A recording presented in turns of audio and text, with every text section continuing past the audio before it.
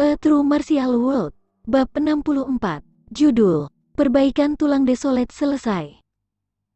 Yao Yuan sebelumnya mengatakan bahwa ketika Dragon Rip Tiger Bone Fist dilatih ke kondisi tertentu, seseorang bisa mengangkat 1000 pound dan menarik 9 busur si. Aku bahkan belum menguasai setengah dari tinju tulang rusuk naga dan sudah memiliki kekuatan ini. Ketika aku menyelesaikan 18 posisi dari tinju tulang naga Rip Tiger, aku akan dapat dengan mudah melebihi 10.000 pound. Pada saat itu, bahkan busur Dewa 100 si akan semudah menembakkan kelereng, mengirim panah terbang ribuan kaki, menembus pelat baja. Jika aku memiliki kekuatan ini di zaman kuno bumi, aku bisa memenangkan perang sendirian. Di zaman kuno, ketika dua pasukan bentrok, jika panah dapat ditembakkan untuk merobek jenderal lawan, pertempuran akan dimenangkan. Memikirkan hal ini, Yi Yun merasakan perutnya. Dia lapar. Aku sangat lapar. Yi Yun tidak bisa berkata-kata, setelah semua tidak ada yang bisa dia lakukan. Seorang kultivator pasti memiliki nafsu makan yang besar. Bahkan energi yang dibutuhkan untuk menginjak batu besi hitam menjadi berkeping-keping adalah jumlah yang dapat bertahan selama berhari-hari. Seorang kultivator setelah mencapai ranah pengumpulan ki akan memiliki kekuatan di atas satu kuali. Jika kultivator itu ingin berkembang, dia harus bekerja keras untuk berkultivasi. Menggunakan satu kuali kekuatan untuk mengolah memiliki konsumsi energi yang tinggi secara alami. Dan untuk mengisi kembali energi itu berarti makan lebih banyak. Yi Yun menahan rasa lapar dan berlatih tinju tulang rip naga. Dia benar-benar memiliki kekuatan untuk menghancurkan batu dengan mudah. Sekarang sebanding dengan kekuatan destruktif Lin Xingtong dalam keadaan tertekannya. Pengumpulan ki memang tidak sama. Tapi, aku tidak boleh terlalu terobsesi dengan Dragon Rip Tiger Bone Fist. Seperti yang dikatakan Nona Lin, meskipun teknik tinju ini luar biasa, tetapi itu masih teknik kultivasi dasar. Tapi, aku tidak bisa meremehkannya karena ini adalah teknik kultivasi dasar. Sebaliknya, aku harus bekerja lebih keras lagi, menyempurnakannya hingga sempurna, sampai aku dapat melangkah melampaui rutinitas, mengintegrasikan tinju tulang rip naga sepenuhnya, mencernanya sampai menjadi metode aku sendiri. Yi Yun memikirkan hal ini dan mengaktifkan tekniknya dan terbang melalui hutan.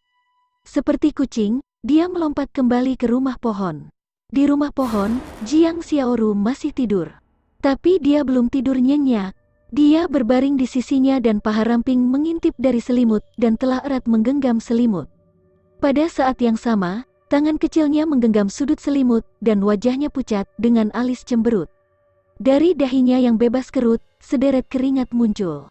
Yi Yun tahu bahwa Jiang Xiaoru sedang mengalami mimpi buruk. Seorang gadis berusia 15 tahun yang mengalami bencana dan mengalami perubahan emosi masih akan merasa tidak aman, meskipun semuanya sekarang telah berakhir. Yi Yun berjalan dengan ringan ke tempat tidur kayu dan berbaring di samping Jiang Xiaoru. Dia memeluknya dari belakang dan dengan lembut berbisik ke telinganya, "Semuanya akan baik-baik saja, aku akan selalu berada di sisimu." Kata-kata Yi Yun seperti sihir. Alis cemberut Jiang Xiaoru mengendur dan dia tidak lagi meraih selimutnya dengan benar. Sudut mulut mulai melengkung dan senyum tenang muncul. Yi Yun dengan lembut menarik sudut selimut dan menutupi dirinya, tidur dengan pakaiannya. Dia telah berlatih seni bela diri selama 2 bulan dan hampir tidak bisa tidur setiap malam. Malam ini, di rumah pohon ini, itu adalah ruang milik Yi Yun dan Jiang Xiaoru. Dia memutuskan bahwa dia akan mengambil cuti malam ini, menemani saudara perempuannya. Dalam kegelapan, Yi Yun bisa melihat titik cahaya redup yang dipancarkan dari panas cilin. Mereka seperti lalat kecil, terbang ke arahnya perlahan. Yi Yun telah menerobos ke ranah pengumpulan ki, jadi tubuhnya sangat lapar. Dengan sumber energi, kristal ungu akan mengalirkan semua energi untuk memperkuat tubuhnya. Setelah makan energi, meskipun bisa melakukan hal yang sama seperti membuatnya kenyang, itu tidak bisa dibandingkan dengan makan makanan lezat. Saat Yi Yun memikirkannya, dia menjadi lebih bertekad. Dia ingin meninggalkan Cloud Wilderness dan berjalan menuju dunia yang tidak dikenal, dan menjadi ahli yang tak tertandingi. Dengan mencapai puncak dunia persilatan, dia bisa melihat pemandangan yang luar biasa. Perlahan, Yi Yun tertidur lelap. Bahkan dalam tidurnya, kristal ungu di dalam hatinya terus berdenyut dengan jantungnya, mengisi kembali energi Yiyun. Di klan suku Lian, tangisan samar bisa terdengar hingga larut malam. Ini disebabkan oleh laki-laki berbadan sehat yang jatuh sakit karena memperbaiki tulang-tulang kuno Frostpython. Seharusnya, orang-orang ini tidak akan bisa bertahan 5 hari sebelum meninggal. Namun, sudah 7 hari, dan mereka masih tergantung pada nafas terakhir mereka. Mereka telah makan bubur setiap hari, namun mereka tidak mati. Mereka tidak memiliki kekuatan apapun, dan terbaring di tempat tidur. Mereka memiliki lingkaran mata hitam, dan tidak ada bekas darah yang terlihat di wajah mereka. Ini sebenarnya adalah efek samping dari makan pil pengencer darah. Pil pengencer darah mencabut kekuatan hidup seseorang, menyebabkan darah menipis, dan membuat orang tersebut terbaring di tempat tidur. Tapi selain efek samping dari pil pengencer darah, tidak banyak efek samping dari toksin Frostpython. Seharusnya, efek samping racun Frostpython bahkan lebih buruk dan cukup untuk merenggut seluruh nyawa mereka. Tapi, tidak ada yang memperhatikan ini. Karena di klan suku Lian, mereka sedang mempersiapkan hajatan besar-besaran. Perayaan ini untuk merayakan selesainya pemurnian tulang-tulang yang sudah hancur. Ini adalah peristiwa yang akan menentukan masa depan suku, jadi dengan orang-orang yang percaya tahayul di hutan belantara yang luas, bagaimana mungkin mereka tidak mengadakan perayaan? Kebahagiaan selalu datang secara tiba-tiba. Saat persiapan dimulai, Lian Chengyu menerima kabar baik bahwa tulang-tulang kuno Frostpython telah disempurnakan menjadi esensi tulang kuno. Saat menerima berita tersebut, Lian Chengyu terkejut, mengapa begitu cepat?